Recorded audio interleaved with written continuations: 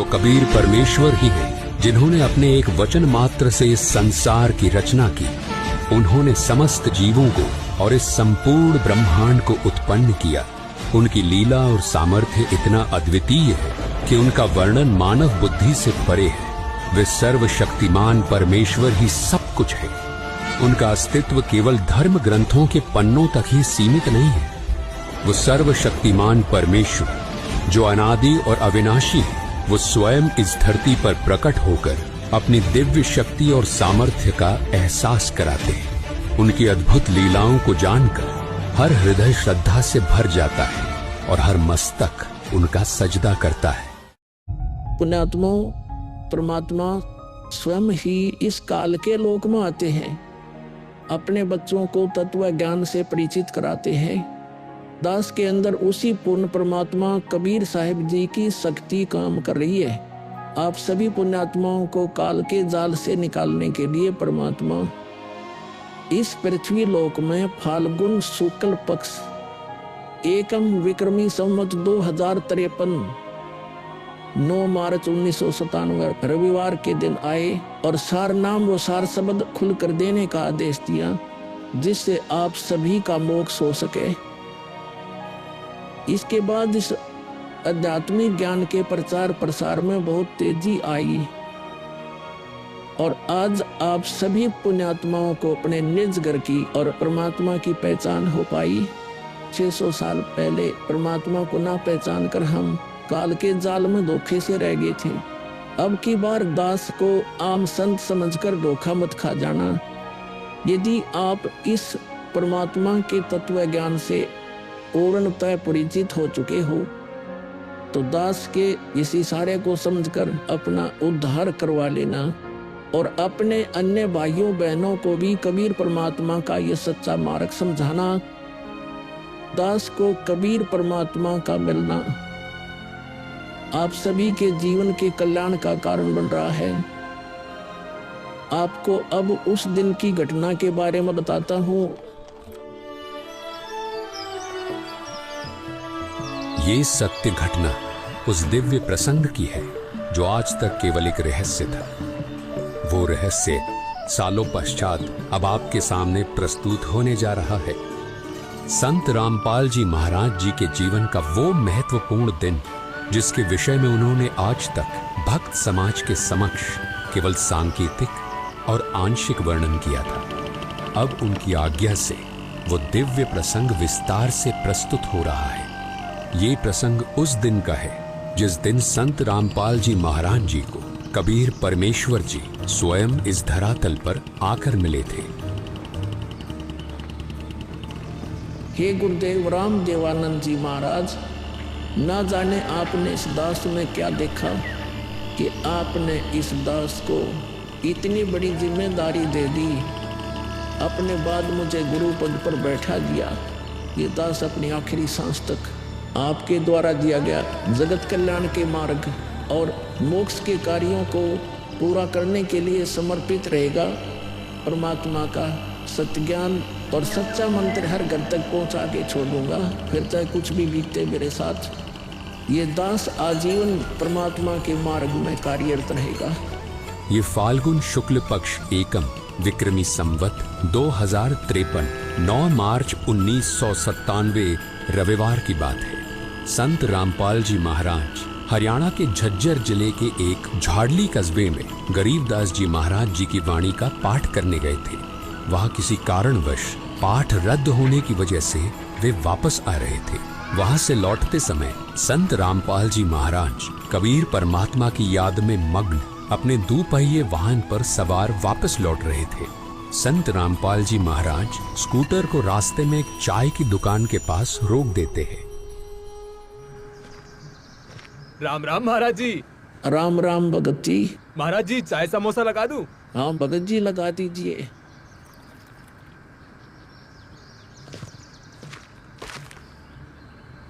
इस बोले भगत को भी परमात्मा का तत्व ज्ञान समझाना चाहिए। भगत जी कबीर परमात्मा की भक्ति करनी चाहिए। मनुष्य जीवन हमें सिर्फ इसीलिए मिलता है। मानुष जन्म दुर्लभ है ये नलन बोरे जैसे तरवर से पत्ता टूट गिरे वो बोर न लगता डारी। भगत जी, इस काल लोक का कोई भरोसा नहीं है, न जाने कब किस पर क्या बिजली गिर जाए। इसलिए कहता हूँ आपको कि कबीर परमात्मा से जुड़ जाओ, नाम दीक्षा लेकर अपना कल्याण करवा लो। वो कबीर परमात्मा यह भी आपकी और आपके परिवार की रक्षा करेगा और मृत्यु के बाद सीधा मोक्ष को प्राप्त कर जाओगे। ठीक कहते हो महाराज जी। हे कबीर परमात्मा, ऐसे गंदे लोक में जहां आदमी की जिंदगी का पल का भरोसा नहीं, व्यक्ति यहाँ जी कैसे रहा है, ना जाने कब क्या हो जाए, कब कौन सी बीमारी हो जाए, कब दुर्घटना हो जाए, कब कोई संसारिक आपदा आ जाए। दाता, आपकी भक्ति के बिना यहाँ किसी को ना सुख मिल सकता है और न ही मोक्ष।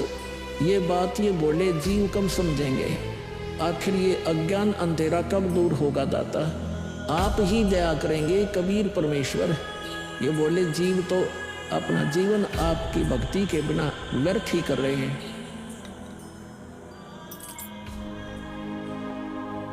चाय पीने के बाद संत रामपाल जी महाराज मातन हिल की तरफ निकल पड़ते हैं। बिन उपदेश अचंभ है, क्यों जीवत है प्राण, और भक्ति बिना काठोर है, ये नर नहीं पाषाण। आगे चलकर संत रामपाल जी महाराज स्कूटर को एक पुली के पास रोक देते हैं। इस पुलिये की खास बात ये थी कि संत रामपाल जी महाराज जी ने इस पुलिये को सिंचाई विभाग में जूनियर इंजीनियर रहते हुए स्वयं बनाया था। क्योंकि यह पूरा क्षेत्र जंगल नुमा था, इसलिए संत रामपाल जी महाराज जी को इस पुलिये पर बैठना बहुत अच्छा लगता था और नौकरी के दौरान वो इस पुलिये पर बैठकर परमात्मा की याद में खो जाया करते थे। हे दयालु कबीर परमात्मा, आप जी हम नीचों के लिए 600 वर्ष पहले एक दानक रूप धारण कर इस गंदे लोक में 120 वर्ष तक रहे। आप जी को गर्म तेल के कढ़ाई में डाला गया, खूनी हाथी से मरवाने की कोशिश की गई, दरिया में डुबोकर मारने की कोशिश की गई। आप जी को बदनाम करने हेतु झूठी चिट्ठी डाली गई। आपके साथ कितने जुल्म ढाए गए, फिर भी हे दयालु कबीर परमात्मा, आपने क्या कुछ नहीं किया। अपनी सतलोक से बिछुड़ी आत्मा को अपनी शरण में लेने के लिए, इस तत्व ज्ञान को सब जीवों तक पहुंचाने के लिए।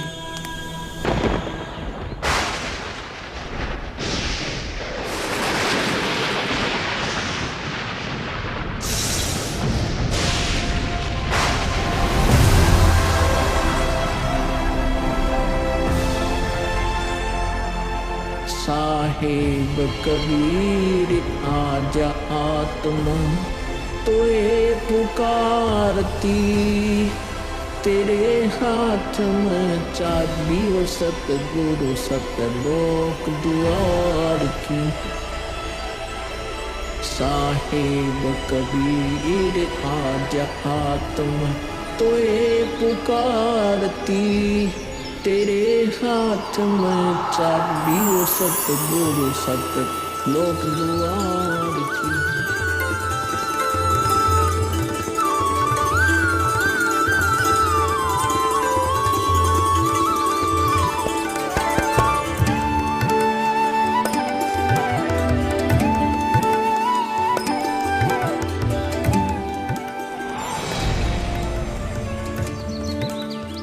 राम राम भगत जी। राम राम। आओ भगत जी बैठिए, खड़े क्यों हो? संत रामपाल जी महाराज अपने परने को पुलिया की दीवार पर बिछा देते हैं और महात्मा जी से बैठने का आग्रह करते हैं। कहाँ से आए हो बेटा, क्या करते हो? भगत जी, वैसे तो मेरा गांव धनाना है, जिला सोनीपत में पड़ता है। अब एक छोटा सा मकान बनाकर रोहतक में रहता हूँ। जूनियर इंजीनियर था, लेकिन अब नौकरी छोड़ दी है। बेटा, तेरे धनाना और रोहतक वाले घर के बारे में तो मैं अच्छी तरह से जानता हूँ, और यह भी जानता हूँ कि तेरे 2 पुत्र और 2 पुत्री हैं। मैं तो यह पूछ रहा था कि इस जन्म से पहले तेरा घर कहाँ था? अरे, इन महात्मा जी को मेरे बारे में इतना कैसे पता है? महात्मा जी, जन्म से पहले हम सतलोक में थे, वही हमारा घर था। लगता है ये भगत जी राधा स्वामी पंथ के अनुयायी हैं। इनको सत्य का ज्ञान कराना चाहिए। मेरे गुरुजी स्वामी रामदेवानंद जी हैं। मेरे भगवान कबीर देव जी सृष्टि के रचनहार है, वही सतपुरुष है। कुछ पंथ वाले सतलोक के विषय में तो बताते हैं, लेकिन वे सतपुरुष को निराकार बताते हैं, जो कि बिल्कुल झूठ है। भक्त जी, मैं स्वयं संत गरीबदास जी के पंथ से जुड़ा हूँ। संत गरीबदास जी गांव छुड़ानी जिला झज्जर वाले थे और उनको 10 वर्ष की उम्र में कबीर परमात्मा जी जिंदा महात्मा के रूप में मिले थे। उसके बाद कबीर परमात्मा जी गरीबदास जी की आत्मा को अपने साथ सतलोक ले गए थे और वहाँ की सारी व्यवस्था दिखाकर उन्हें इस धरती पर वापस छोड़ा था। फिर उन्हीं बालक गरीबदास ने सतलोक के बारे में बताया कि ऊपर सतलोक है, वहाँ सारी सुख सुविधा उपलब्ध हैं, सदाबहार बाग हैं, नर नारी की सृष्टि है। वहीं पर एक गुम्मट युक्त महल में कबीर परमात्मा जी सिंहासन पर बैठे हुए हैं और वहीं से कबीर परमात्मा जी इस सृष्टि को चला रहे हैं। हम सब वहीं रहा करते थे, वही हमने जाना है। जो सतलोक में केवल प्रकाश ही प्रकाश बताते हैं, उनका ज्ञान गलत है, वे मोक्ष प्राप्त नहीं कर सकते। भक्त जी, उस बालक गरीबदास ने वाणियों के माध्यम से बताया है कि गरीब अनंत कोटि ब्रह्मांड का एक रति नहीं भार, सतगुरु पुरुष कबीर हैं कुल के सिरजनहार। कौन कबीर? हम सुल्तानी नानक तारे दादू को उपदेश दिया, जाति जुलाहा भेद नहीं पाया, काशी माहे कबीर हुआ। बहुत आनंदित करने वाली बातें करते हो, और बताओ कुछ। इन्हें अपना ज्ञान अधूरा लग रहा है। हो सकता है ये नाम दीक्षा लेकर परमात्मा से जुड़ जाए। भक्त जी, अगर आपको अपना कल्याण करवाना है तो एक ही तरीका है, नाम दीक्षा। मेरे पूज्य गुरुजी ने मुझे नाम दीक्षा देने का आदेश दे रखा है। मैंने अपना घर और नौकरी छोड़ दी है। अब गुरुदेव जी की ही आज्ञा अनुसार प्रचार और दीक्षा देने का पवित्र कार्य कर रहा हूँ। बेटा, क्या तुम्हारे गुरु जी ने तुम्हें सारनाम और सार शब्द देने का भी आदेश दिया है? इन्हें कैसे पता सारनाम सार शब्द के बारे में? गुरुदेव की आज्ञा थी कि अभी सारनाम को सार्वजनिक नहीं करना है। उन्होंने कहा था कि मुझे स्वयं परमेश्वर कबीर जी मिलेंगे और वही मुझे सारनाम को सार्वजनिक करने का सही समय बताएंगे। तब तक यह सारनाम केवल विशेष विश्वास पात्र अनुयायियों तक सीमित रखना है। बेटा रामपाल, मैं ही सत्य पुरुष कबीर हूँ। अब वह समय आ गया है सार नाम और सार शब्द प्रदान करने का। वह भक्त जी, मैंने आपको बता दिया कि कबीर परमेश्वर मुझसे मिलने आएंगे, तो आप स्वयं ही कबीर परमेश्वर बन बैठे। मैंने अपने गुरु जी से पूछा था कि हे गुरुदेव, मैं कैसे पहचानूंगा जो मुझे मिलेंगे कि वे कबीर भगवान हैं? गुरु जी स्वामी रामदेवानंद जी बोले, यह विश्वास करवाना, वो पहचान करवाना उनका काम है। तभी तो मैं बता रहा हूँ, मैं ही सत्य पुरुष कबीर हूँ। कबीर परमेश्वर जी सबको जिंदा बाबा के वेश में मिले। आप तो जिंदा बाबा वाले वेश में नहीं हो। जिंदा महात्मा तो मुसलमान साधु होते हैं। मुसलमान धर्म तो अभी 1500 साल पहले ही बना है। मेरा असली वेश तो यही है जिस रूप में मैं तुम्हारे सामने खड़ा हूँ। रामपाल, तुम मेरी परम हंस आत्मा हो। जगत कल्याण के लिए मैंने ही तुझे भेजा है। अब सही समय आ गया है सार नाम और सार शब्द देने का। मैं कभी सिर पर मुकुट, कभी पगड़ी, कभी टोपी धारण कर लेता हूँ।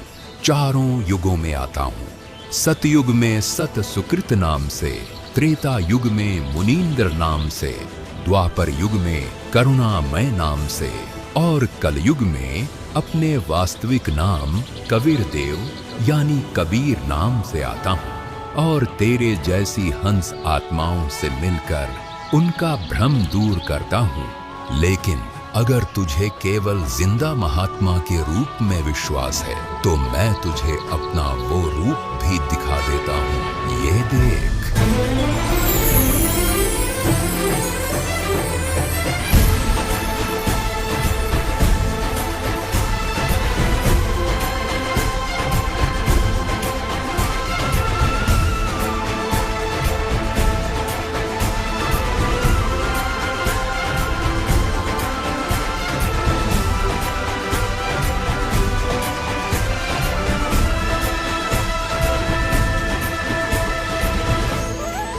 हे परमेश्वर, मुझे क्षमा कर दीजिए।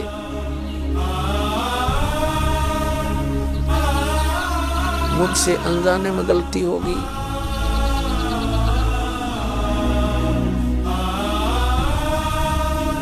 आपने मुझे साक्षात दर्शन दिए और मैं आपको पहचान न सका।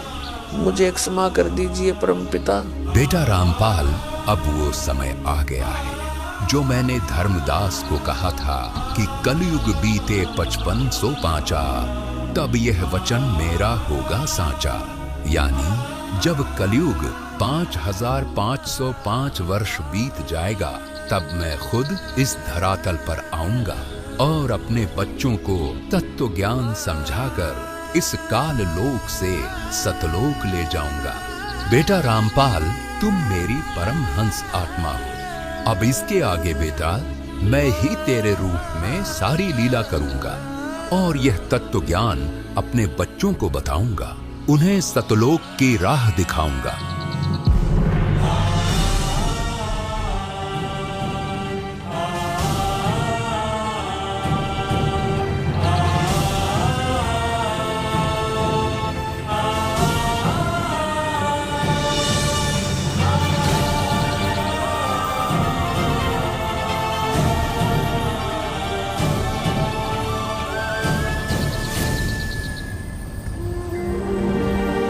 इस प्रकार कबीर परमात्मा संत रामपाल जी महाराज जी को सह शरीर सतलोक भेज देते हैं और अपनी लीला को आगे बढ़ाते हैं।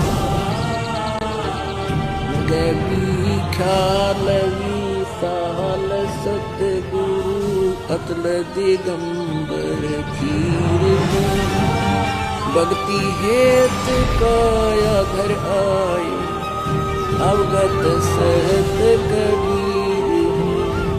भक्ति हेत काया घर आए अवगत सहत कबीर। अमर करूं सतलोक पठाऊं तात बंदी छोड़ कहाऊं।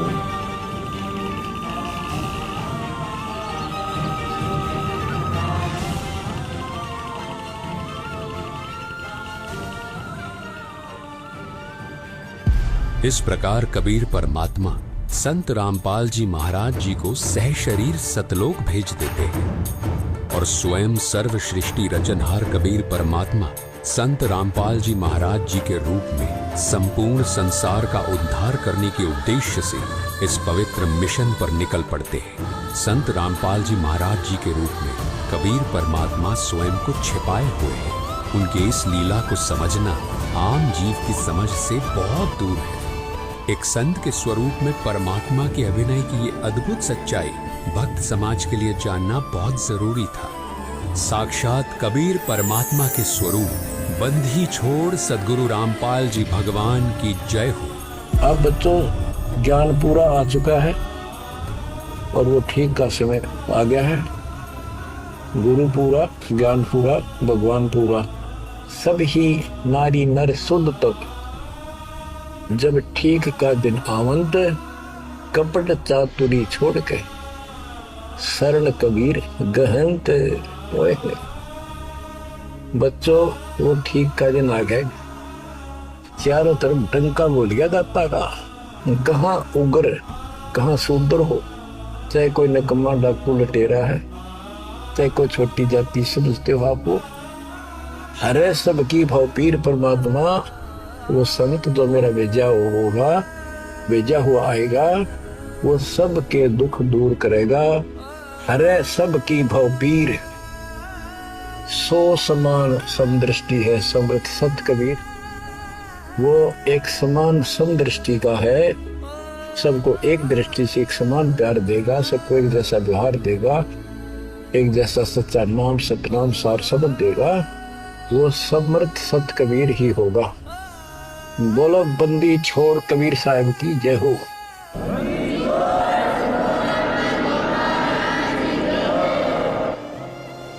आपके मोक्ष के लिए परमात्मा ने कसर नहीं छोड़ रखी। जो भी संभव व्यवस्था है वो सारी कर दी है। बच्चों तुम भी दया करियो, रहम करियो उस परम पिता पे। बच्चों आने वाली पीढ़ियां आपको भी याद करा करेंगी, जब तक चांद सूरज रहेंगे आपका नाम रहेगा कि हमारे कौन माता पिता, कौन दादा परदादा दादी इसे अमृत ज्ञान को हमारे पूर्व में लाए थे। आने वाली पीढ़ियों के उद्धार के लिए तुम जिम्मेवार हो, कुर्बान हो जाओ। पहचान लो उस परम पिता को और पहचान लो अपने गुरुदेव को। परमात्मा आपको मोक्ष दे, आपको सद्बुद्धि देकर रखे, आपको भगवान की याद बनी रहे, सतलोक याद रहे, काल का कष्ट भी याद रहे। यहाँ भी सुखी रहो, सतलोक में सदा सुखी होते। ये दास का आशीर्वाद है। सत